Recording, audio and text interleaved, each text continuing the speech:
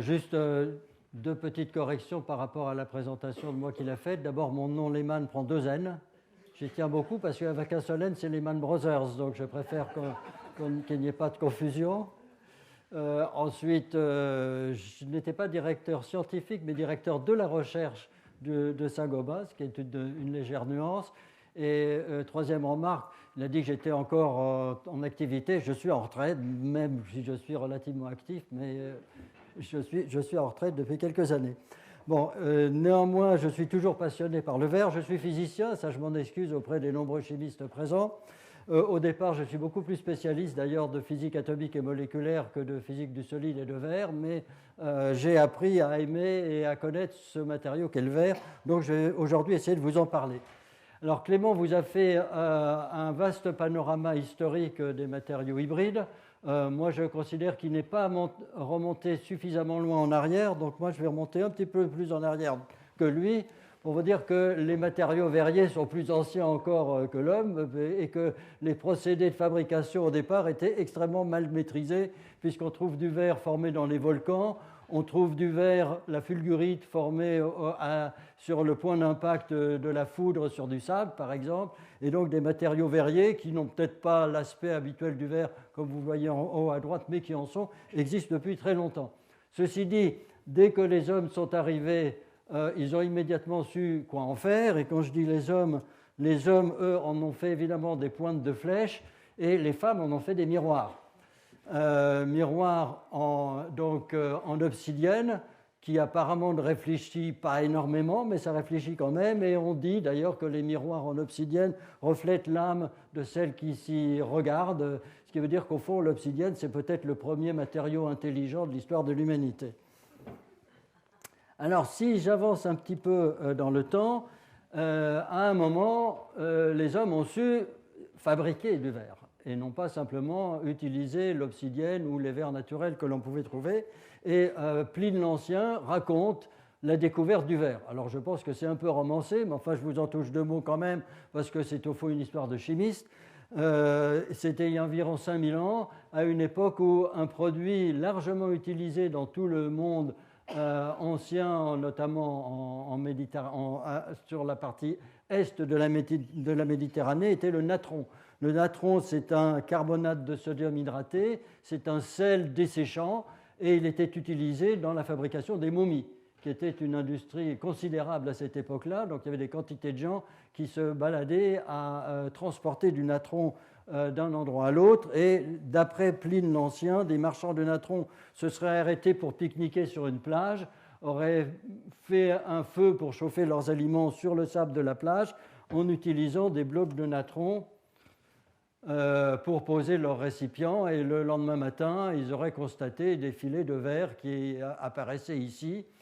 Ce qui évidemment est plausible. On a pu depuis d'ailleurs vérifier que la température d'un feu de bois très bien confiné pouvait éventuellement atteindre les 1300 degrés nécessaires pour faire fondre du sable. En réalité, vous savez que le sable, lui, fond à 1800 degrés, c'est de la silice à peu près pure, donc il est hors de question de fondre de la silice avec un feu de bois, mais en ajoutant un fondant comme le natron, on abaisse le point de fusion, on l'abaisse assez facilement vers 1300 degrés, c'est d'ailleurs ce que l'on fait pour fabriquer du verre à l'heure actuelle, et donc on peut imaginer que ceci corresponde à l'invention du verre. Alors au départ, il y a eu beaucoup d'objets en verre qu'on en a trouvé dans des fouilles diverses qui étaient souvent très colorés et absolument opaques, comme ces petits objets du VIe siècle avant Jésus-Christ. Et puis petit à petit, les gens ont appris à fabriquer des objets en verre. Là, vous voyez un exemple qui est un bol en verre avec une base en verre soudée qui date du IIe siècle avant Jésus-Christ. Et en réalité, c'est à peu près vers cette époque-là qu'en Égypte, on a commencé à apprendre à souffler le verre. Le soufflage du verre est une technique extrêmement ancienne. Alors là, vous voyez un souffleur de verre, mais vous voyez surtout ce qui est la première image connue d'un four verrier industriel, si je puis dire, c'est-à-dire d'un véritable four dans lequel, de façon industrielle, on fait fondre de la silice pour faire du verre, et ce four est ensuite utilisé pour aller piquer avec une canne des gouttes de verre qui permettent de le souffler pour en faire différents récipients. Ceci date du XIe siècle, donc on avance assez vite.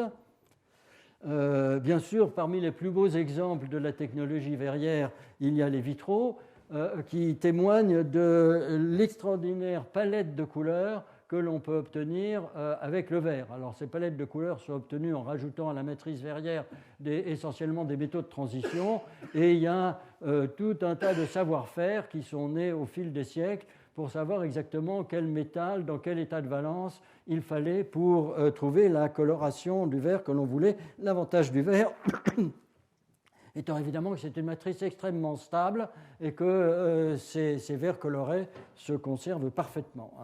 Alors au passage, puisque je vous parle de vitraux, je voudrais simplement tuer un mythe qui a couru pendant longtemps dans la communauté des verriers, qui est que les vitraux, qui sont des verres très anciens, on va y revenir tout à l'heure, mais vous savez que le verre est un liquide figé, on y reviendra dans une seconde, et donc un certain nombre de bons esprits ont pensé que ce liquide était figé mais restait liquide, et donc sur des périodes de temps très longues, il finissait par s'écouler. Et donc un certain nombre de mesures ont été faites qui, dans un premier temps, semblaient prouver que dans les vitraux très anciens, la base des pièces de verre était un peu plus épaisse que le haut, et on estimait qu'il s'agissait simplement du fait que le verre liquide quasiment figé avait coulé. Alors depuis, on a fait d'autres études, et je peux vous dire aujourd'hui que le verre est tellement figé qu'il ne coule pas et qu'on ne peut pas observer de différence d'épaisseur liée au fait que le verre se soit un peu effondré au cours des siècles. Alors je voudrais vous montrer cet objet en verre parce qu'il est assez original. C'est en fait une sculpture qui est un lion et un serpent que vous pouvez voir. Il est en taille réelle. Il est au musée des Arts et Métiers. Il a été fait en 1855 et il est entièrement en fil de verre. Alors le fil de verre existe depuis assez longtemps. Un exemple datant de quelques dizaines d'années avant, c'est la traîne du couronnement de Joséphine de Beauharnais lors du couronnement de Napoléon, qui était rehaussé de fil de verre pour lui donner un brillant. Donc vous voyez que le verre a été utilisé très tôt pour faire toutes sortes de choses, des récipients, des fils, de la verroterie. Les vitres à proprement parler, pour les bâtiments, sont apparues à peu près au Moyen-Âge. Alors bien sûr, le verre est aussi un très beau matériau, donc il a inspiré les artisans de toute époque. Les vitraux en sont un exemple, mais là vous avez quelques exemples de sculptures ou d'artisanat moderne en verre. Il y a des fort belles choses. Alors voilà quelques éléments historiques, mais je ne peux pas vous faire l'histoire du verre sans vous dire un mot de Saint-Gobain.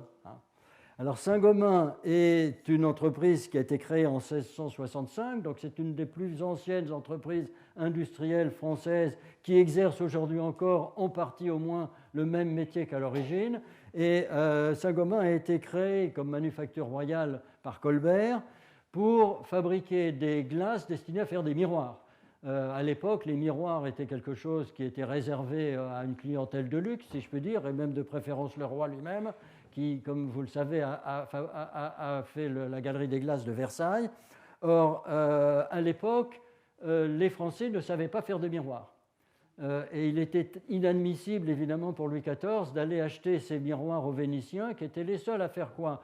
Eh bien, les seuls à faire du verre assez transparent pour qu'on puisse en faire un miroir. Un miroir, il y a une plaque de verre, et puis on dépose une couche transparente derrière, qui peut être de l'argent, mais qui a été aussi pendant longtemps du mercure, et donc la lumière doit traverser 2 fois la plaque de verre, c'est-à-dire la traverser une fois, se réfléchir, et la retraverser une seconde fois. Si le verre n'est pas très transparent, le miroir a un aspect qui n'est pas extrêmement agréable. Et donc, à l'époque, au XVIIe siècle, il n'y avait que les Vénitiens qui savaient faire du verre assez transparent pour faire des miroirs. Et c'est évidemment un secret de fabrication soigneusement gardé sur l'île de Murano, où les verriers sont toujours à l'heure actuelle, pour que personne ne puisse venir leur piquer la technologie. Alors, la méthode utilisée à ce moment-là était de dire on crée une manufacture royale, en demandant d'ailleurs à des individus d'apporter des financements privés, donc c'était dès le départ une entreprise privée, et en lui octroyant un monopole en fait de fabrication des miroirs, qui est une espèce d'exploitation, il n'y avait pas de brevet, mais enfin ils avaient le monopole de fabrication. Alors ils avaient le monopole de fabrication, ils avaient les financements, mais ils ne savaient pas le faire. Donc c'était un peu gênant quand même. Alors, comme il n'y avait pas à l'époque ni laboratoire de recherche, ni directeur de la recherche de la Manufacture royale, on a utilisé des moyens plus expéditifs. On a envoyé des espions sur l'île de Murano dans un premier temps. L'histoire rapporte qu'aucun d'entre eux n'est jamais réapparu, donc la méthode n'a pas été suffisante. Donc il a fallu faire un peu plus musclé. On a enlevé des ouvriers de l'île de Murano, on les a amenés de force à Paris. À l'époque, les premières installations verrières étaient au faubourg Saint-Antoine, puisque c'est là où on fabriquait les meubles, donc les miroirs. On les a ramenés à Paris. On a tout fait pour leur extorquer les secrets de fabrication des Vénitiens. Alors on raconte toutes sortes d'histoires plus ou moins enjolivées là-dessus, que l'ambassadeur de Venise à Paris leur a envoyé des fausses lettres de leurs épouses leur demandant de revenir, et quand ils les ont lues, ils ont dit c'est trop bien écrit, c'est sûrement pas nos épouses qui ont écrit ça. On leur a envoyé des femmes de mauvaise vie. Enfin, tout y est passé. Finalement, ils ont livré le secret. Et ils se sont mis en grève parce qu'ils estimaient ne pas être suffisamment payés. Donc au bout d'un certain temps, ils ont été renvoyés à Murano et il semble qu'une partie d'entre eux ait été récompensée pour être revenus et une autre partie exécutée pour haute trahison. Donc ça, c'est, je dirais, le développement technologique et la gestion des ressources humaines à l'époque. Aujourd'hui, c'est un peu différent. Mais à l'époque, il s'agissait de fabriquer des miroirs. Pour faire des miroirs, il faut une plaque de verre à peu près plane. Or, à cette époque-là, on ne savait toujours que souffler le verre. Et la fabrication de ces pièces de verre plane se faisait en soufflant de façon à obtenir un cylindre. Et ce cylindre, ensuite, était fendu selon une génératrice. On le réchauffait légèrement et il s'ouvrait pour donner une pièce plane. Cette technologie a été utilisée encore assez longtemps et j'ai là trouvé une photo qui date du 19e siècle, du début du 19e siècle, où on voit encore des ouvrières qui transportent ces cylindres qui, vous voyez, sont d'une taille assez considérable. Donc les gens qui soufflaient ces cylindres devaient avoir du souffle. Et donc, ils étaient ensuite ouverts et étendus. Et d'ailleurs, dans une usine moderne de verre, il y a encore une partie qu'on appelle l'étendrie, qui est en fait un four de recuit. Et le mot étendrie vient le fait qu'on étendait ces cylindres. Alors ça, c'était une technologie qui était la seule connue au moment de la création de la Manufacture royale des glaces. Mais très rapidement, les ingénieurs, d'où terminologie de l'époque, je ne sais pas comment les appeler, de cette Manufacture royale, ont développé une technologie qui permettait cette fois-ci de faire des pièces de verre beaucoup plus grandes. Et la technologie, je vais vous la montrer ici très simplement, en fait, c'est tout simplement de la coulée sur table et du laminage. Donc on déverse du verre sur une grande plaque d'acier et ensuite on lamine ce verre et on peut de cette façon-là faire des pièces de verre plane beaucoup plus grandes que par les procédés précédents. Alors cette technologie a été développée en 1688, donc peu de temps après l'installation de la manufacture. Et du coup, il a fallu se mettre cette fois-ci à la place des Vénitiens avant, c'est-à-dire on avait une technologie, on ne voulait à aucun prix que cette technologie ne soit récupérée par les Vénitiens, donc on a quitté le faubourg Saint-Antoine et on est allé s'installer derrière les murs épais d'un château qui à l'origine datait du Moyen-Âge, dans le village de Saint-Gobain, à une centaine de kilomètres de Paris, avec d'une part l'avantage d'être protégé par les murs du château, et d'ailleurs les ouvriers qui travaillaient à l'intérieur quasiment n'avaient pas le droit de sortir pour ne pas divulguer les secrets de fabrication. Et c'est resté comme ça pratiquement jusqu'à la fin du 19e siècle. Mais ce qui était plus intéressant encore, c'est qu'il y avait autour du village de Saint-Gobain une forêt et que cette forêt permettait d'avoir le bois nécessaire au chauffage des fours. Et ce qui est intéressant, c'est que l'usine de Saint-Gobain a arrêté de fonctionner très récemment, il y a une vingtaine d'années à peu près, et la forêt a été restituée à l'État exactement dans l'état où elle se trouvait au XVIIe siècle, parce que quand on exploite soi-même une forêt, on l'exploite de façon raisonnée et on ne la surexploite pas. Donc le nom de Saint-Gobain vient de ce village. Alors cette technologie de coulée sur table a duré extrêmement longtemps. Elle a duré jusqu'au XIXe siècle, comme en témoigne ce magnifique tableau qui fait partie de la collection privée de Saint-Gobain, dans lequel on voit la visite de la duchesse de Berry en 1824 à l'usine de Saint-Gobain, où on utilise encore exactement la même technologie de coulée sur table. Alors par la suite, différentes technologies ont été développées, mais pendant longtemps, ces technologies qui visaient soit à étirer verticalement du verre en le sortant d'un four, soit à le laisser couler, fournissaient une plaque de verre dont la surface était extrêmement rugueuse. Donc il fallait l'adoucir et la polir pour obtenir soit une bonne qualité de verre pour vitrage, plus encore lorsqu'il s'agissait de faire des miroirs. Donc différentes méthodes de doucissage et de polissage ont été développées, et je veux juste vous montrer un petit film qui vous montre ce qu'on aurait vu dans une usine de Saint-Gobain au début du XXe siècle. C'est ce qu'on appelle la danse des sabots. Alors vous voyez tous les ouvriers de l'usine qui dansent sur une plaque de verre, ils sont tous en sabots, sauf le patron, le directeur d'usine qui est en soulier de ville. Alors qu'est-ce qu'ils sont en train de faire? Eh bien, en réalité, pour polir la plaque de verre, il fallait la coller de façon très uniforme sur un substrat en bois avec un ciment adéquat, et il fallait la coller de façon très uniforme. Et pour rendre ce collage très uniforme, les ouvriers dansaient sur la plaque de verre, et ça marchait très bien. On prétend qu'ils chantaient en même temps, mais je n'ai pas trouvé malheureusement de film sonore en même temps. Bon, je vous le remontre une fois, puisque je pense qu'il vous a plu. Alors aujourd'hui, évidemment, les techniques sont assez différentes. Et d'ailleurs, je ne sais même pas si on trouverait dans une usine moderne un nombre d'ouvriers suffisant pour pratiquer ce genre de sport. Alors, quelle est aujourd'hui la technique?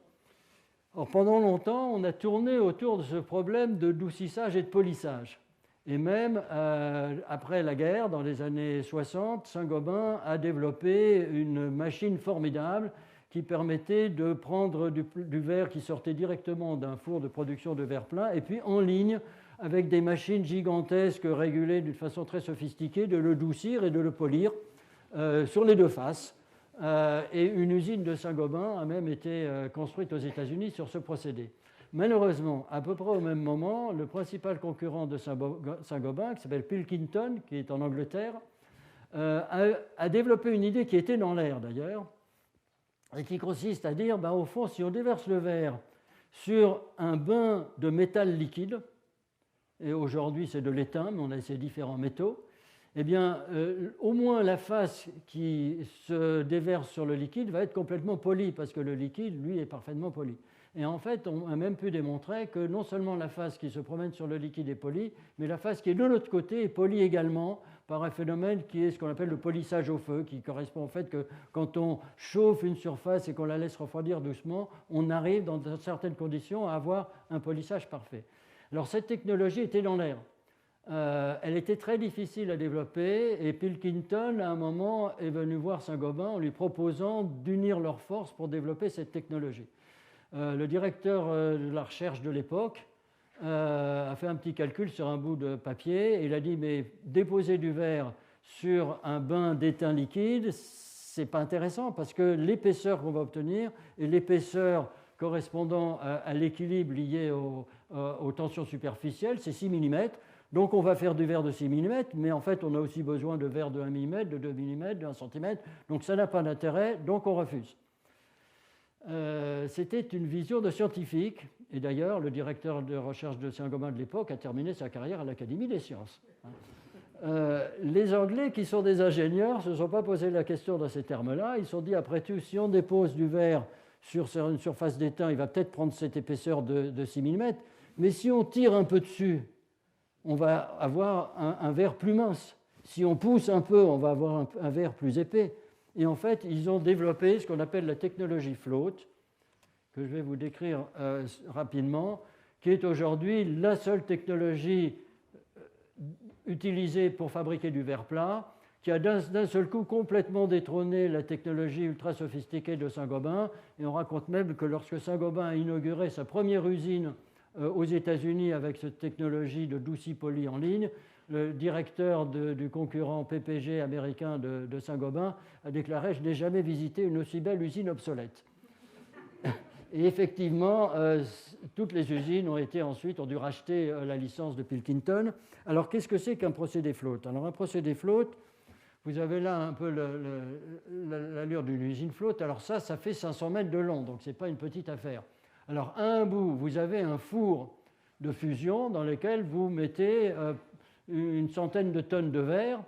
que vous chauffez soit par des flammes, soit par chauffage électrique, et le verre circule là-dedans. En réalité, en gros, il circule à peu près 24 heures, voire 48 heures avant de sortir de ce four, la circulation permettant d'homogénéiser à partir d'une composition qui est une composition de poudre, un mélange de poudre ad hoc. Vous fabriquez le verre, vous l'homogénéisez, vous le surchauffez un tout petit peu à la sortie ici pour le faire dégazer le maximum de gaz. Et puis à la sortie de ce four et de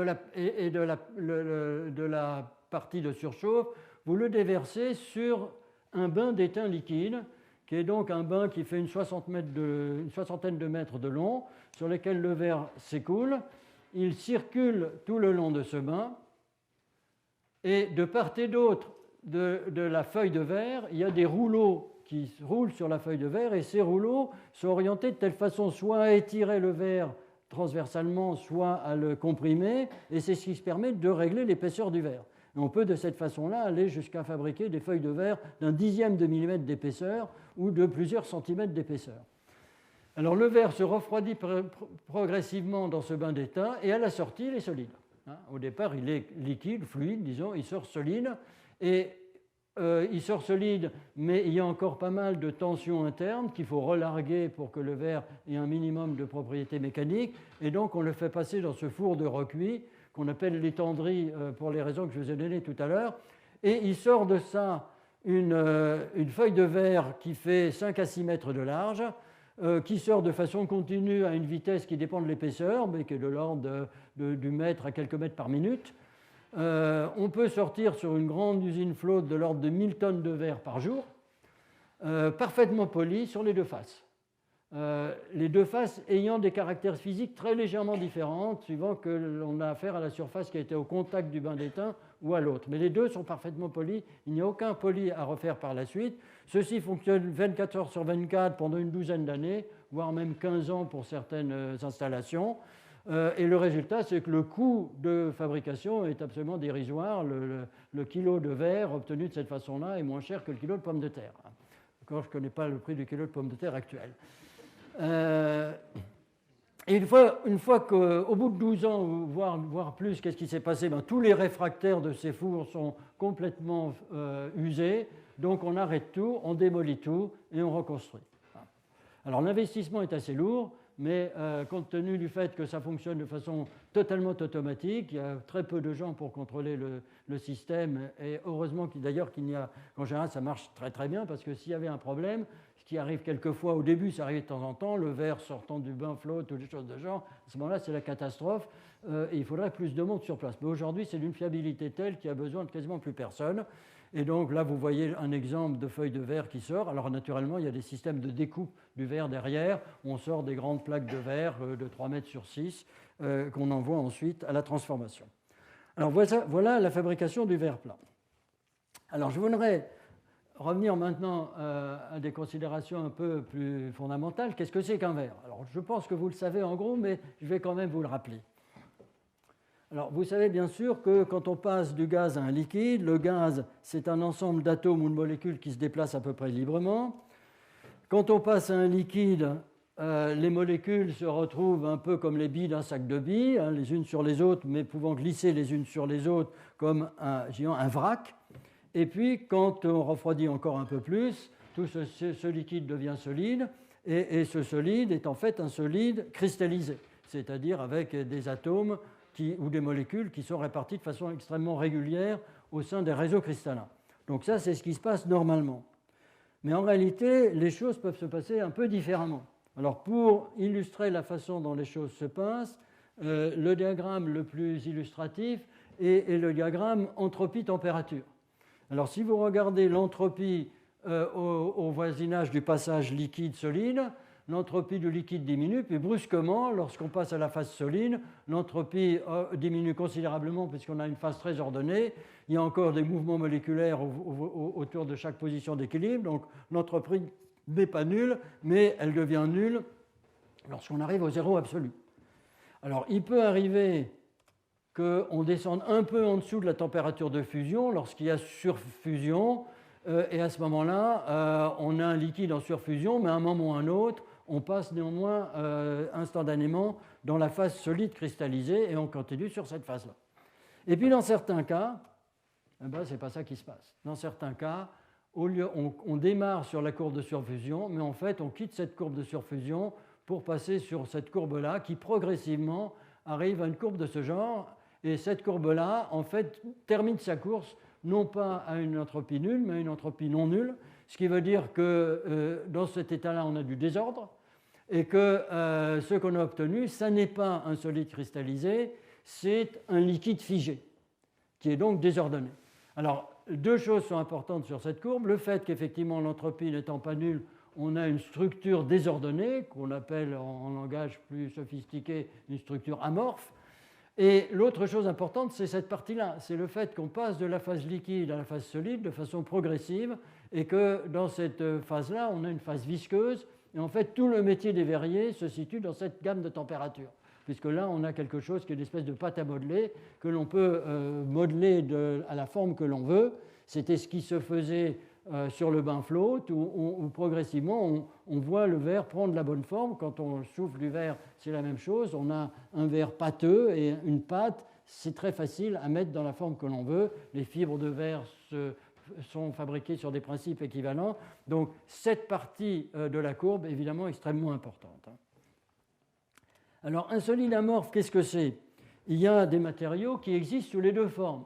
La silice peut exister sous la forme de quartz, c'est-à-dire un solide cristallisé dont la structure un peu simplifiée ici à 2 dimensions est une structure parfaitement régulière de cristal, mais on a le même produit chimique sous la forme amorphe avec une structure complètement désordonnée. Alors ce qui est important de remarquer sur cette figure, c'est qu'en fait, le matériau le plus complexe est celui de droite. Ce matériau, dont la structure est très régulière, est relativement facile à modéliser. On sait à peu près le gérer. Les physiciens du solide adorent les solides cristallisés. Dès qu'on a affaire à une structure amorphe, c'est beaucoup plus difficile de comprendre ce qui se passe. On voit bien qu'il y a probablement un certain ordre local, mais quel est le rayon d'action de cet ordre local? Il peut être assez variable. Et donc modéliser un matériau de ce genre, c'est quelque chose de beaucoup plus difficile que de modéliser un solide cristallisé, d'où le fait que le verre reste encore aujourd'hui un matériau qui est de mieux en mieux connu, mais dans lequel un certain nombre de mystères restent encore entiers. Alors ceci étant dit, maintenant, quelques idées sur les produits verriers. Alors commençons par les produits d'aujourd'hui. Alors on peut jouer pour fabriquer un produit sur beaucoup de choses. Alors je veux citer 3 approches. Une approche qui est la formulation des verres, une approche qui est ajouter de la valeur par des couches déposées à la surface du verre, et une approche qui est de fabriquer des produits verriers plus complexes. Alors la formulation d'abord. Voilà la formulation d'un verre ancien du IVe siècle, et c'est aussi une formulation assez typique. C'est évidemment beaucoup de silice, beaucoup de soude pour abaisser le point de fusion, c'est l'élément qui permet de fondre, et puis des oxydes de matériaux variés qui en fait sont ceux qui donnent au verre ses propriétés. Il y a des formateurs de réseau, il y a des modificateurs de réseau, mais il y a aussi des produits qui donnent la coloration, qui donnent la dureté de la surface, qui donnent les propriétés chimiques. Il y a une infinité de compositions verrières possibles, et à chaque composition correspond un ensemble de propriétés qui sont toutes différentes des verres, et vous voyez bien que les métiers de verrier sont des métiers dont la richesse est quasiment infinie. Donc là, je vous ai donné une composition à combien? 2, 4, 6, 8, 9 composants, mais on a des compositions beaucoup plus complexes. Alors là, vous avez la composition d'un verre moderne. En fait, c'est un verre de bouteille, celui-là. Alors, ce qu'on peut constater, c'est que les compositions ne sont pas extrêmement différentes. Elles sont un peu différentes, mais pas très différentes. Et donc, il y a d'une certaine façon une certaine continuité à travers les âges. Les verres les plus anciens, du moins ceux qui datent après des premiers siècles après Jésus-Christ, n'étaient pas tellement différents des verres modernes. Alors, ça pourrait vous donner l'impression que le verre est un matériau extrêmement conservateur, donc il m'appartient de vous donner tout de suite l'impression strictement opposée. Et pour ça, je vous montre cette courbe qui traduit la transparence du verre à travers les âges. Alors je vous ai dit, les verres anciens étaient très opaques. Et puis petit à petit, en améliorant les compositions, on a pu, par purification des composants, faire des verres de plus en plus transparents. Et dans les années 1960, on est arrivé à une espèce de palier qui était considéré comme la perfection dans la transparence du verre. Alors ces verres très transparents des années 60, c'était ceux qu'on utilisait pour faire les optiques des zooms de photographique ou de cinéma, qui comportent une quinzaine ou une vingtaine de lentilles les unes derrière les autres. Et donc s'il y a des atténuations significatives à travers les différentes lentilles, à la sortie, il ne reste plus rien. Donc on a développé des verres dont la transparence était considérée comme quasiment parfaite pour faire ces optiques. Et puis en 1959, pour être très précis, une invention majeure a été faite qui est le laser. On en a fêté le 50e anniversaire l'année dernière. J'étais un tout jeune étudiant à l'époque d'ailleurs et j'ai participé beaucoup au premier développement du laser. Et puis à ce moment-là, on s'est rendu compte que le laser, dont on ne savait pas très bien à quoi ça allait servir, je rappelle que la première application industrielle significative des lasers, ça a été les caisses de supermarché, la lecture des codes barres sur les caisses de supermarché, pour vous dire que les gens qui travaillaient dans les labos de physique de l'époque n'avaient pas du tout pensé à ça. Mais ils avaient pensé par contre à autre chose, qui était la transmission par fibre optique de l'information. Parce que le laser étant finalement un oscillateur très stable de fréquence extrêmement élevée, on sait très bien que plus la fréquence est élevée, plus on peut transporter de flux d'informations importantes. Et donc très rapidement, on s'est rendu compte que la fibre optique pouvait être un outil de transfert de l'information formidable. Alors vous savez que la réalité a dépassé la fiction, c'est-à-dire qu'aujourd'hui, il y a un petit nombre de câbles en fibre optique à travers le monde, un nombre relativement faible, et qu'avec ce nombre relativement faible, les flux d'informations transmis sont tels que le transfert de l'information est quasiment gratuit. Aujourd'hui, on ne paye plus la transmission de l'information, le téléphone est gratuit, l'accès à l'Internet est gratuit, donc il y a une quantité de capacité de transfert d'information qui est considérable grâce au fait qu'on utilise des fibres optiques et les fréquences très élevées des lasers. Seulement pour transporter de l'information dans une fibre optique, il faut qu'on rentre un signal à un bout et qu'on le sorte à l'autre. Et la longueur, c'est des dizaines, des centaines, des milliers de kilomètres. Alors on peut mettre des répéteurs, mais aujourd'hui on met des répéteurs tous les 10 ou tous les 100 kilomètres, ce qui veut dire que sur plusieurs dizaines de kilomètres, l'atténuation de la lumière reste négligeable. Et du coup, on a fabriqué des verres dont la transparence a bondi de plusieurs ordres de grandeur. Et si on prenait l'image de prendre le verre qu'on utilise pour une fibre optique pour en faire une fenêtre, ça veut dire qu'on pourrait faire une fenêtre de 10 km d'épaisseur qui serait aussi transparente que les fenêtres actuelles de quelques millimètres. Alors, je triche un peu en vous disant ça, parce que c'est vrai pour la longueur d'onde que l'on utilise pour transporter l'information. Ça n'est pas vrai pour tout le spectre visible. Mais c'est néanmoins des progrès fantastiques qui ont pu être faits, notamment d'ailleurs grâce à la chimie qui a beaucoup aidé les physiciens dans la fabrication de ces verres. Alors, ceci illustre le fait que quand il y a un besoin technologique, la science est capable de faire des miracles. Alors, un autre exemple lié à la composition complètement différente. La laine de verre. Alors, vous savez que le verre est utilisé sous forme de laine pour faire de l'isolation thermique.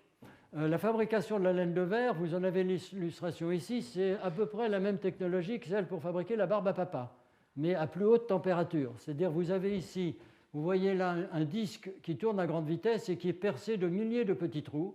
Alors, vous avez un flux de verre qui tombe verticalement, qui arrive sur ce premier panier qui est lui-même percé de trous un peu plus gros. Donc le verre est éjecté de ce panier vers les bords intérieurs de ce disque et par force centrifuge, il est éjecté ensuite par ces trous. Et il y a là des brûleurs qui soufflent et qui réchauffent le verre, qui le soufflent et donc qui étirent les fibres lorsqu'elles tombent vers le bas. Et on récupère ces fibres en dessous et on fabrique comme ça des matelas de laine de verre. Alors la laine de verre, c'est essentiellement un milieu qui empêche l'air de circuler. Et c'est ça qui en fait les qualités d'isolation thermique, et acoustique d'ailleurs également. Le seul problème, c'est qu'il y a quelques années, pour être précis, une vingtaine d'années, un certain nombre de bons esprits ont dit « mais ça, c'est des fibres minérales, ça nous rappelle un peu l'amiante. Est-ce qu'on ne va pas avoir les mêmes problèmes qu'avec l'amiante et les malheureux qui ont respiré ces fibres de verre ne vont-ils pas tous mourir d'ici 30 ans ou 40 ans de cancer de mésothéliome, de cancer de la plèvre ?» Alors il y a une petite différence déjà, c'est que l'amiante, c'est des fibres cristallisées. Le verre, c'est amorphe. Alors c'est différent, mais en fait, qu'est-ce que ça veut dire? Alors en réalité, très rapidement, on a su, nous, verriers, que le risque était quasiment nul parce que le verre, contrairement à l'amiante, du moins les compositions verrières utilisées pour la laine de verre se dissolvent au bout d'un certain temps dans le liquide pulmonaire. L'amiante, quand vous en avez respiré, moi j'en ai beaucoup respiré à Jussieu, où j'ai travaillé pendant de longues années, je suis sûr que j'en ai un certain nombre qui sont restés dans mes poumons 40 ans après. Mais le verre, en fait, est dissous dans le liquide pulmonaire. Mais pour couper court à toute accusation de risque potentiel, on a dit qu'il faut faire du verre qui soit encore plus soluble dans le liquide pulmonaire et si possible qui se dissolve non pas en quelques mois, mais en quelques jours, en quelques semaines. Et donc on s'est posé la question de savoir comment modifier la composition du verre pour qu'il reste très stable dans l'humidité de l'air ambiant, mais qui se dissolve dans le liquide pulmonaire en quelques jours ou au maximum quelques semaines. Et on a réussi à faire ça avec des modifications très modestes de la composition, en diminuant un peu le taux d'alumine, un petit peu le taux de soude, et on a comme ça pu optimiser les compositions, et les concurrents ont fait un peu la même chose, qui font qu'on garde un matériau très durable et très soluble, et après de longues années de discussion, après le sacrifice de milliers de rats de laboratoire, toutes les instances du monde ont déclaré que la laine de verre était totalement inoffensive, même si elle gratte un peu, elle est totalement inoffensive du point de vue de sa respirabilité. Mais ceci est aussi une illustration qu'un métier peut disparaître du jour au lendemain, c'est bien ce qu'on a craint quand même, parce que si nous n'avions pas pu démontrer ça, ce métier disparaissait en quelques années, comme a disparu d'ailleurs, ont disparu les métiers autour de l'amiante. Alors c'est deux exemples de formulation. Alors maintenant, deux ou trois exemples d'addition de couches. Alors le verre utilisé pour les fenêtres est un matériau merveilleux parce qu'il vous permet d'être isolé de l'extérieur, mais de voir ce qui se passe à l'extérieur. Alors on peut voir ce qui se passe, on est isolé, mais le fait qu'on voit ce qui se passe veut dire que le verre est transparent, mais en réalité il est trop transparent. Vous avez ici le spectre du soleil, ici la lumière visible. Vous savez que dans le spectre du soleil, il y a une grande partie qui est dans l'infrarouge proche, cette partie-là. Cette partie qui est dans l'infrarouge proche est très bien transmise par le verre et c'est elle qui vous échauffe en été. Donc en été, vous avez trop chaud derrière vos fenêtres parce que l'infrarouge proche solaire passe à travers et que si vous êtes dans un pays chaud en particulier, il faut mettre de la climatisation. Ça coûte cher, ça dépense de l'énergie. Un peu plus loin dans l'infrarouge, vers 10 microns, vous avez le spectre du corps noir à 20 degrés. Alors le corps noir à 20 degrés, c'est quoi? Quand vous êtes en hiver, cette fois-ci à l'inverse, vous chauffez l'intérieur d'un bâtiment à 20 degrés, ça donne lieu à l'émission d'un rayonnement de corps noir aux environs de 10 microns. Manque de peau, le verre laisse passer aussi ce rayonnement. Donc en hiver, le rayonnement thermique présent à l'intérieur des bâtiments s'échappe par les vitrages et du coup, vous êtes obligé d'augmenter votre capacité de chauffage. Donc le verre est beaucoup trop transparent pour ce qu'on aurait envie d'en faire dans un bâtiment. Et donc l'objectif que l'on s'est fixé, c'est de faire un verre qui soit parfaitement transparent dans le visible, sans aucune coloration, mais qui, dans toute la mesure du possible, réfléchisse l'infrarouge proche solaire vers l'extérieur, donc que le rayonnement solaire infrarouge reparte à l'extérieur, et si possible que le rayonnement du corps noir à 10 microns soit renvoyé vers l'intérieur de façon à conserver la chaleur à l'intérieur d'un bâtiment. Alors comment faire ça? Eh bien, la meilleure façon de faire ça, c'est de déposer à la surface du verre. Alors, bon, ça, c'est des exemples de produits qui ont été largement répandus à une époque. Maintenant, on fait mieux. Des produits dits de contrôle solaire, donc c'est des produits d'été, si vous voulez, et des produits qui conservent la chaleur. Le premier produit par Saint-Gobain s'appelait l'Eco, avec un avantage d'ailleurs, c'est qu'il évite l'impression de parois froides au voisinage de la vitre. Aujourd'hui, on fait des produits qui sont à la fois réfléchissants infrarouge lointain et réfléchissant infrarouge proche et sans aucune teinte résiduelle. Le problème de l'infrarouge proche est beaucoup plus difficile parce que si on veut qu'il n'y ait aucune teinte résiduelle, ça devient quand même compliqué. Alors il faut qu'il n'y ait aucune teinte résiduelle, il faut qu'il n'y ait pas non plus de changement de coloration suivant l'angle sur lequel on le regarde. Et la technologie, c'est une technologie de filtre interférentiel, bien sûr, mais des filtres interférentiels quand même extrêmement sophistiqués, précisément parce qu'il faut qu'il n'y ait pas de coloration, il faut qu'il n'y ait aucun changement de teinte lorsqu'on se déplace, etc. Et idéalement, il faut qu'il soit parfaitement réfléchissant avec une coupure très franche à la limite entre le visible et l'infrarouge. Alors là, vous avez un exemple de microscopie électronique d'un multicouche, un exemple ancien et relativement simple. Le verre est en dessous, alors là vous avez l'échelle, c'est 200 nanomètres, et donc vous avez ici 1, 2, 3, 4, 5, 6, 7 couches, ce qui n'est pas beaucoup. Vous voyez que les couches sont d'épaisseur nanométrique, elles sont très régulières, parce que ça c'est quand même une échelle d'une fraction de nanomètre, donc elles ont pratiquement une régularité à l'échelle atomique. Et le problème qui n'est pas le moindre, c'est qu'il faut que tout ça ne rajoute pas au prix du vitrage plus, je dirais, de 20% à peu près pour que le marché puisse l'accepter. Parce qu'une vitre de bâtiment, il ne faut pas que ça coûte cher. Alors, inutile de dire que faire des couches comme ça en laboratoire, c'est relativement facile. Les faire à grande échelle pour ne pas augmenter de plus de 20% le coût d'un verre, c'est quand même une autre affaire. Aujourd'hui, ça se fait par des technologies essentiellement de sputtering. Ça peut se faire aussi par dépôt de couches en ligne lorsque le verre est encore chaud et qu'il sort du bain flotte. Et aujourd'hui, ces technologies sont parfaitement maîtrisées. Les couches déposées par sputtering étant un peu plus fragiles, d'ailleurs, sont généralement à l'intérieur d'un double vitrage. De toute façon, le double vitrage rajoute beaucoup à l'isolation thermique. Donc, ces couches sont à l'intérieur d'un double vitrage, donc elles sont protégées, donc on ne risque pas de les détériorer trop en les manipulant. Alors ça, c'est des technologies qui sont aujourd'hui extrêmement répandues et que l'on trouve partout. Alors, dès le moment où on sait faire des couches, on peut faire toutes sortes de choses plus ou moins sophistiquées. Par exemple, on peut aussi faire des couches anti-reflets. Alors, vous avez ici une vitrine de magasin non traitée, et ici, la même vitrine avec un revêtement anti-reflet. C'est peut-être pas très spectaculaire, sauf qu'ici, vous voyez essentiellement l'immeuble qui est en face. Là, vous voyez un peu de ce qu'il y a à l'intérieur de la vitrine. Alors ça, c'est encore plus difficile parce que la couche anti-reflet, il faut qu'elle soit totalement à l'extérieur. Elle ne peut pas être à l'intérieur du double vitrage. Donc il faut des couches qui soient durcies, qui aient des revêtements protecteurs et qui soient quand même manipulées avec quelques précautions.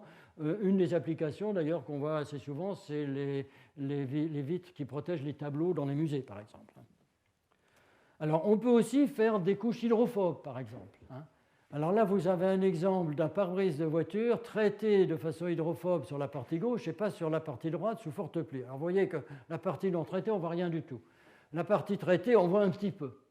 Alors ces couches hydrophobes fonctionnent assez bien. L'ennui, c'est qu'elles fonctionnent d'autant mieux qu'il pleut très fort et qu'on roule très vite. Donc leur utilisation dans l'automobile est encore limitée. On ne peut pas se passer des essuie-glaces. Par contre, il y a quand même un cas de figure pour lequel elles sont extrêmement utiles, c'est les vitrages d'aviation. Parce qu'un avion, précisément, ça va vite, ça traverse des orages terribles, et donc aujourd'hui, tous les avions sont dotés de couches hydrophobes qui permettent de traverser les orages sans problème. Alors, on pourra peut-être faire mieux dans l'avenir, pour le moment, on en est là. Alors, on peut aussi faire des couches auto-nettoyantes. Alors ça, les chimistes connaissent bien, c'est de l'oxyde de titane sous la forme adatase, qui a été utilisé depuis assez longtemps d'ailleurs pour des revêtements d'immeubles en céramique par exemple. Mais on le fait maintenant évidemment pour des verres. Vous avez là une fenêtre de notre centre de recherche d'Aubervilliers qui n'est pas un endroit où l'atmosphère est particulièrement claire. Celle-ci étant traitée, celle-là non, au bout d'un an. Donc vous voyez que la partie traitée est restée parfaitement propre. En réalité, on fait maintenant des revêtements qui sont à la fois photocatalytiques, ce qui est le cas de l'oxyde de titane, donc qui dissout les graisses, et hydrophiles. Hydrophiles parce que du coup, dès qu'il pleut 4 gouttes, l'eau pénètre bien dans tous les pores de cette couche et nettoie les résidus de la photocatalyse. Donc un bon vitrage auto-nettoyant, il est photocatalytique grâce à de l'oxyde de titane et il est hydrophile. Alors ça, vous trouvez ça dans le commerce aujourd'hui. Alors maintenant, 2 mots sur des produits plus complexes avant de parler de l'avenir. Alors on peut faire des vitrages évidemment automobiles très complexes comme celui-là. Alors celui-là, il a une forme formidablement complexe et il a une couche de protection solaire, c'est-à-dire que dans un pare-brise automobile, comme les pare-brises sont très inclinés, il est assez important qu'il y ait une protection solaire, c'est-à-dire que ça réfléchisse l'infrarouge proche. La difficulté de l'exercice, c'est qu'ici, il faut déposer cette couche antisolaire et ensuite réchauffer le pare-brise pour le mettre en forme, sans que la couche se déforme.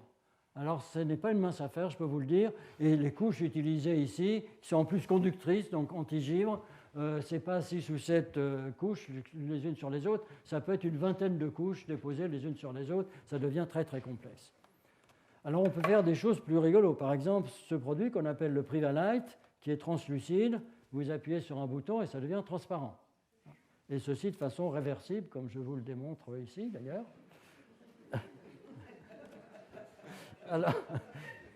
Et c'est comme ça que ça se passe, c'est-à-dire c'est instantané. Alors c'est quoi ça? En fait, ce sont des cristaux liquides. C'est en fait des gouttelettes de cristaux liquides qui sont noyées dans un film polymère et qui sont calculées de telle façon que d'une part, elles aient une taille de l'ordre du micron, c'est-à-dire la longueur d'onde de la lumière, et que d'autre part, leur indice de réfraction est anisotrope, c'est-à-dire que les gouttes ne sont pas sphériques mais oblongues. Lorsque toutes les gouttes sont alignées, l'indice de réfraction est le même que celui du film polymère, donc le milieu est transparent. Lorsque les gouttes de polymère sont dans toutes les directions possibles, les indices de réfraction de ces gouttes sont très variables et donc on a typiquement un milieu diffusant. Donc en fait, on a deux plaques de verre, deux films conducteurs déposés sur chaque conducteur transparent sur chaque plaque de fer, ça on sait faire, c'est facile, et entre les deux, un film avec des gouttelettes de polymère calibrées à la fois en taille, en forme et en indice de réfraction. Alors ça aussi, c'est dans le commerce. Alors un produit un peu plus complexe encore, c'est le vitrage électrochrome. Alors ça, c'est le plus long projet de recherche que j'ai connu à Saint-Gobain. Il avait démarré avant que je n'arrive. Moi, je suis arrivé en 88, et les premiers produits ont été mis sur le marché au moment où je quittais Saint-Gobain en 95. Ce qui veut dire que les entreprises sont capables d'avoir des projets à long terme, contrairement à ce que certains prétendent. Alors, qu'est-ce que c'est ça? Alors ça, cette fois-ci, c'est complètement différent. C'est une batterie solide. Vous avez ici deux plaques de verre, deux couches conductrices transparentes ici, en jaune, et puis entre les deux, ici, il y a deux couches, en réalité, il y en a beaucoup plus, qui sont des couches entre lesquelles on fait migrer des ions, soit des protons, soit des ions lithium, en appliquant une tension. Donc c'est exactement une batterie. Et suivant la couche dans laquelle ces ions se trouvent, le milieu est plus ou moins absorbant à certaines longueurs d'onde, c'est-à-dire change de coloration et de coefficient d'absorption. Alors, ça, c'est facile à faire. Une fois de plus, l'électrochromisme est connu depuis longtemps. On sait faire depuis longtemps des petits produits électrochromes, notamment d'ailleurs des rétroviseurs de voitures. Mais par contre, faire un toit auto ou même un hublot d'avion et plus encore un vitrage de bâtiment électrochrome, ça, c'est beaucoup plus difficile. D'abord, un toit auto, ça peut monter à 100 degrés. Vous pouvez cuire des œufs sur votre toit auto lorsqu'il fait très chaud. Ensuite, c'est soumis aux rayons ultraviolets. Ensuite, il faut que la coloration et la décoloration soient très régulières, qu'il n'y ait pas des endroits plus colorés, d'autres moins colorés. Il faut faire des dizaines de milliers de cycles sans usure du produit. Donc, en réalité, le développement technologique a été un des plus difficiles qui a été fait par les labos de Saint-Gobain. Et à l'heure actuelle, il n'y a que Saint-Gobain et une autre entreprise américaine qui savent le faire commercialement. Les deux se sont d'ailleurs alliés dans une usine qui vient d'être construite aux États-Unis et qui produit des vitrages électrochromes, cette fois-ci pour les bâtiments, ce qui intéresse beaucoup les architectes parce que ça permet de contrôler cette fois-ci l'apport énergétique. Le produit précédent, en termes d'énergie, il était neutre, ça transportait autant d'énergie. Ici, ça devient de plus en plus foncé et en plus, c'est assez différent en ce sens que la transition est lente. Je vais vous montrer un petit exemple. Voilà un toit auto. On va se mettre par là. Alors, là, je me suis un peu mis au milieu de la transition. Et vous voyez que ça devient de plus en plus foncé, assez lentement. La vitesse de transition, c'est de l'ordre, il faut à peu près 1 minute pour que ça transite complètement. Ce n'est pas très spectaculaire en termes de coloration. C'est très spectaculaire, par contre, en termes de transmission énergétique. Et dans cet état-là, la transmission énergétique est beaucoup plus faible que dans cet état-ci. Donc, ça vous permet de contrôler le transfert énergétique d'une façon beaucoup plus efficace. Alors, le premier marché, ça a été, si ça vous intéresse, d'ailleurs, je crois que le dernier modèle de Ferrari a un toit électrochrome. Encore, je pense qu'il est en option. Par contre, dans le bâtiment, ça commence à se faire, mais je peux vous dire que ce n'est pas facile. Alors maintenant, je voudrais, dans les minutes qui me restent, vous parler un peu de l'avenir. D'où viendront les progrès du verre? Alors, j'ai consulté évidemment une boule de cristal, sans s'opposer. Et je vous cite quelques voies d'orientation. La surface, c'est très important. Je vais vous en montrer quelques exemples. La structure à cœur, c'est autre chose. On peut hybrider avec des polymères, je vous en dirai peu de choses parce que vous venez d'avoir tout un cours là-dessus et vous en aurez peut-être d'autres. On peut faire des produits nouveaux pour de nouveaux marchés. Alors la surface. Le verre est solide, dur, mais fragile. Tout le monde sait que le verre, ça se casse. Alors pourquoi est-ce que le verre se casse?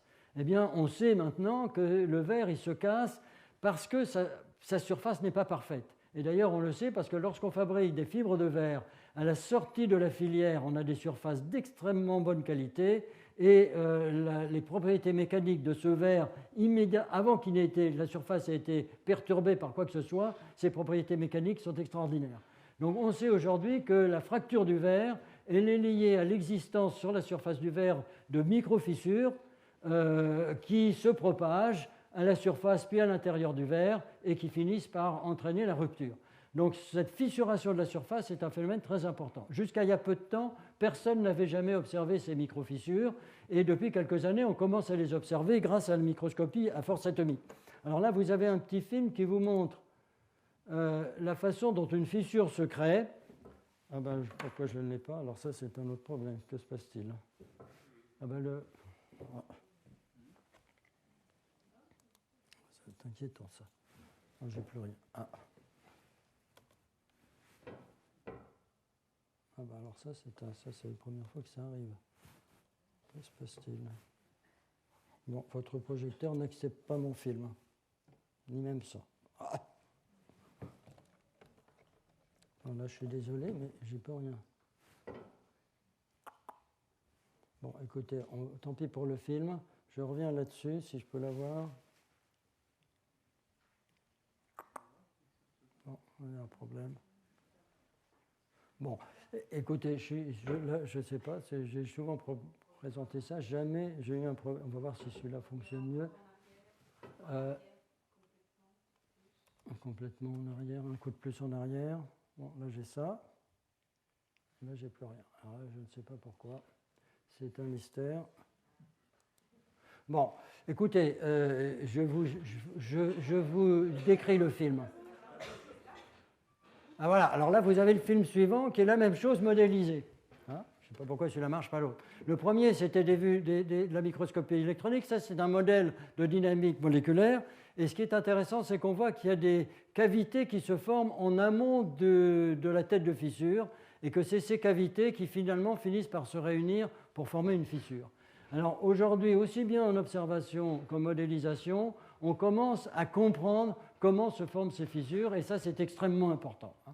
Alors derrière ça, un autre point important est de savoir comment se fixe l'eau à la surface du verre. Parce qu'en fait, ces fissures se propagent d'autant plus facilement que des molécules d'eau viennent se fixer en fond de fissure et ces molécules d'eau favorisent l'ouverture de ces fissures. Alors les vieux verriers savent ça depuis longtemps parce que les vieux verriers, pour casser une plaque de verre, ils font un trait de diamant, bien sûr, et ensuite ils crachent dessus.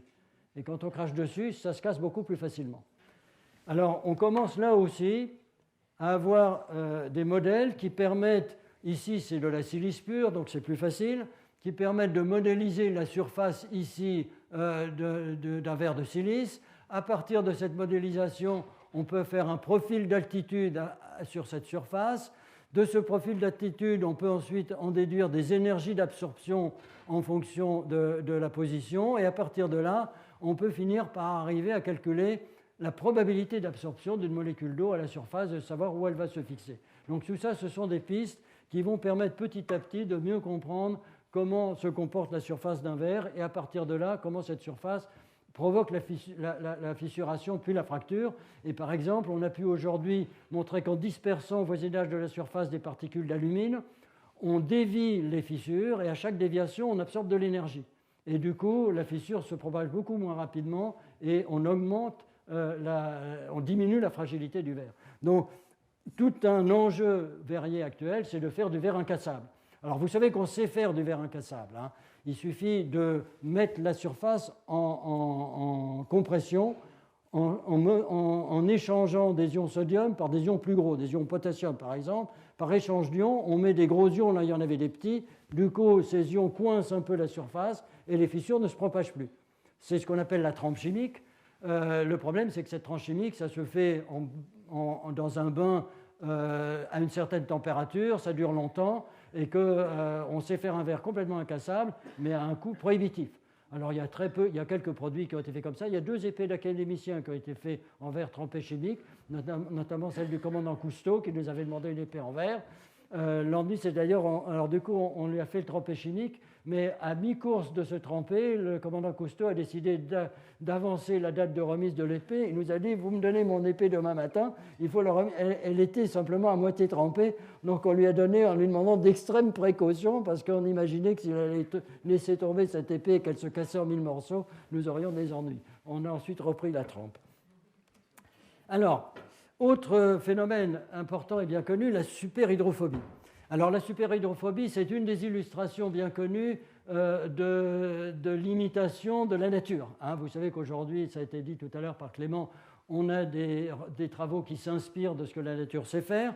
Alors une des sources d'inspiration de la nature, c'est la feuille de nénuphar. La feuille de nénuphar est bien connue pour être particulièrement hydrophobe, puisque l'eau s'écoule sans mouiller.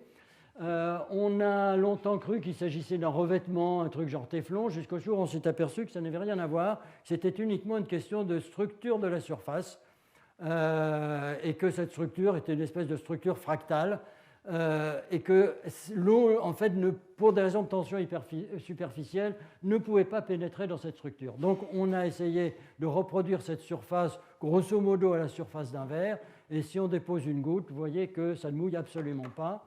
Alors, est-ce que vous allez accepter mon film cette fois-ci? Je l'espère. Oui. Alors là, vous avez... Alors ça, c'est de l'eau. Ce n'est pas un ballon de football, c'est de l'eau. Et vous voyez que non seulement ça ne mouille pas, mais ça rebondit complètement à la surface du verre. Donc, on a fait vraiment une surface extraordinairement hydrophobe. Alors, vous allez voir une seconde vue qui est encore plus rigolo.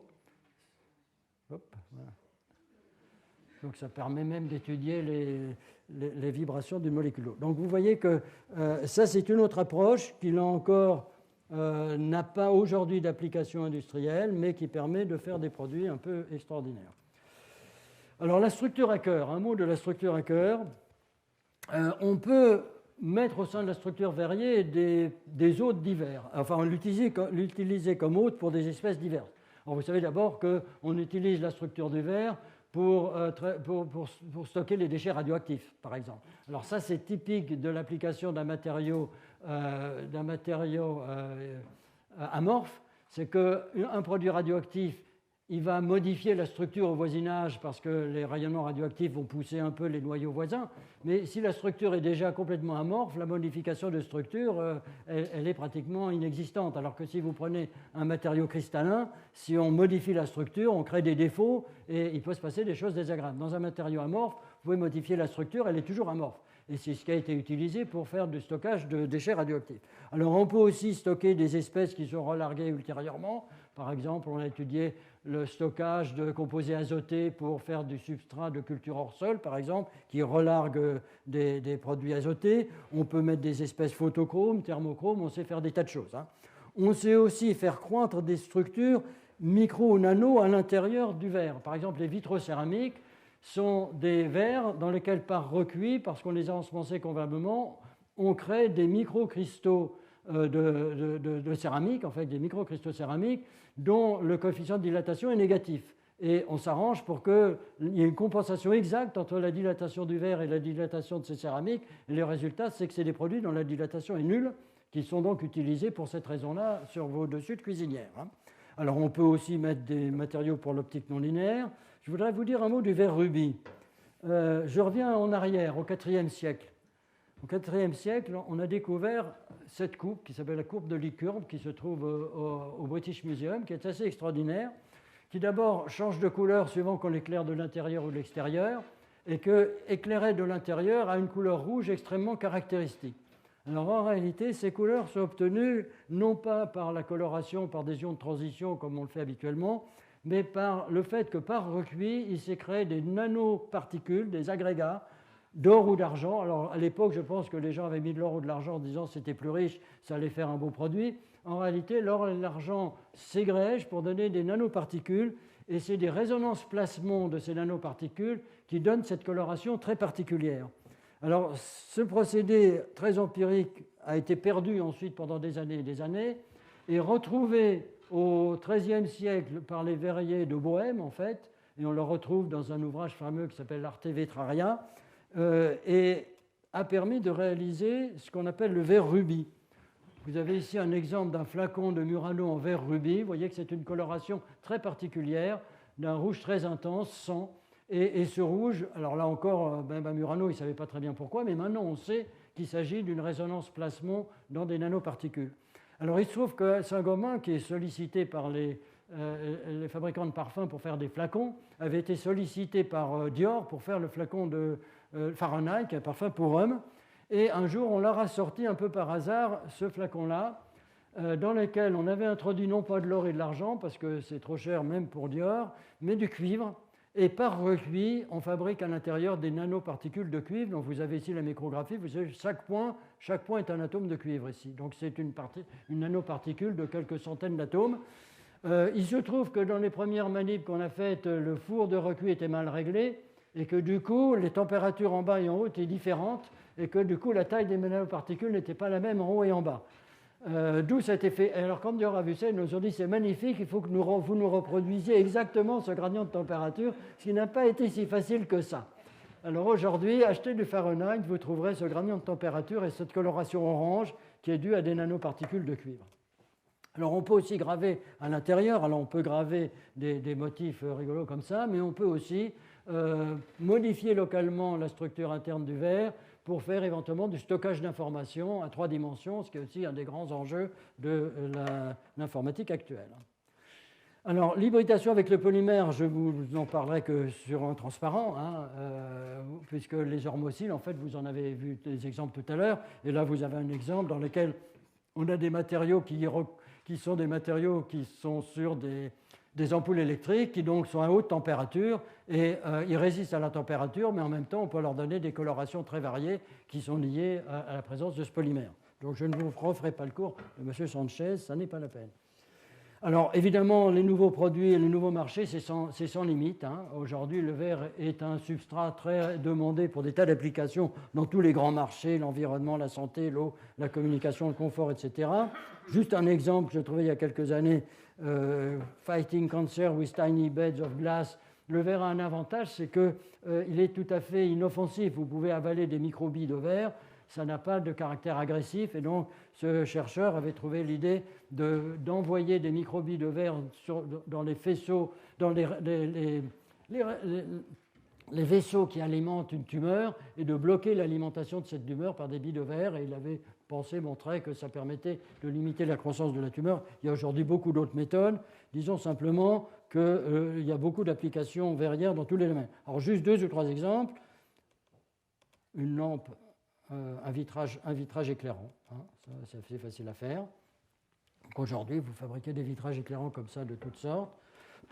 Un autre exemple que je vous donne avant de terminer, le daylighting. Aujourd'hui, beaucoup de bâtiments sont très profonds et la lumière qui vient de l'extérieur ne pénètre pas dans le fond de la pièce. Et l'ennui, c'est que du coup, on est obligé de laisser la lumière allumée en permanence. Donc, on a développé des vitrages qui renvoient une partie de la lumière extérieure vers le plafond et qui permettent d'obtenir un éclairage beaucoup plus uniforme dans la pièce. Ça n'a l'air de rien, mais à partir de ça, on a fait des modélisations de confort et de dépenses d'éclairage, et on peut améliorer considérablement le confort des personnes qui travaillent dans la pièce. Ce n'est pas très compliqué, mais c'est intéressant. Alors il y a évidemment plein de nouvelles applications. Je dirais simplement que les 2 grands défis, c'est de comprendre. On a aujourd'hui encore des progrès à faire dans la compréhension de la structure d'un matériau amorphe, et il y en a d'innombrables différents, et de la nature de la surface, de la propagation de fissures à la surface, etc.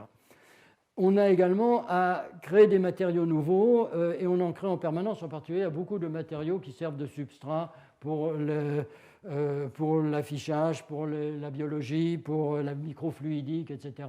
Et là encore, le verre est un matériau très intéressant pour ça. Alors, l'heure étant à peu près passée, je conclus en revenant à l'histoire de Saint-Gobain et en vous donnant un extrait du règlement général pour être exécuté dans l'établissement de la Manufacture royale des glaces de Saint-Gobain, écrit d'ailleurs BIN dans le texte, l'orthographe varie au cours des âges, en 1728. Donc ça ne date pas d'hier, au chapitre du directeur. Alors ce directeur avait des instructions très précises. Il emploiera toute sa capacité et son application à fabriquer de bonnes glaces et éviter les défauts qui ne sont que trop fréquents. Donc vous voyez que la qualité totale était déjà un des enjeux de Saint-Gobain en 1728. Il écoutera toutes les idées qu'on pourra lui donner à ce sujet de quelque part qu'elles viennent. Il y fera de mûres réflexions et en profitera s'il les trouve bonnes. Il se gardera bien de tomber dans le défaut de quelques-uns de ses prédécesseurs, je ne sais pas lesquels, qui, par une fantaisie et une présomption, s'imaginaient que tout ce qui ne venait pas d'eux ne pouvait être bon. Alors vous reconnaîtrez là des problèmes qui sont quand même d'une très grande actualité. Il prendra garde néanmoins de ne pas donner dans des idées creuses. Je ne peux pas vous laisser sur de meilleurs conseils que cela. Merci beaucoup.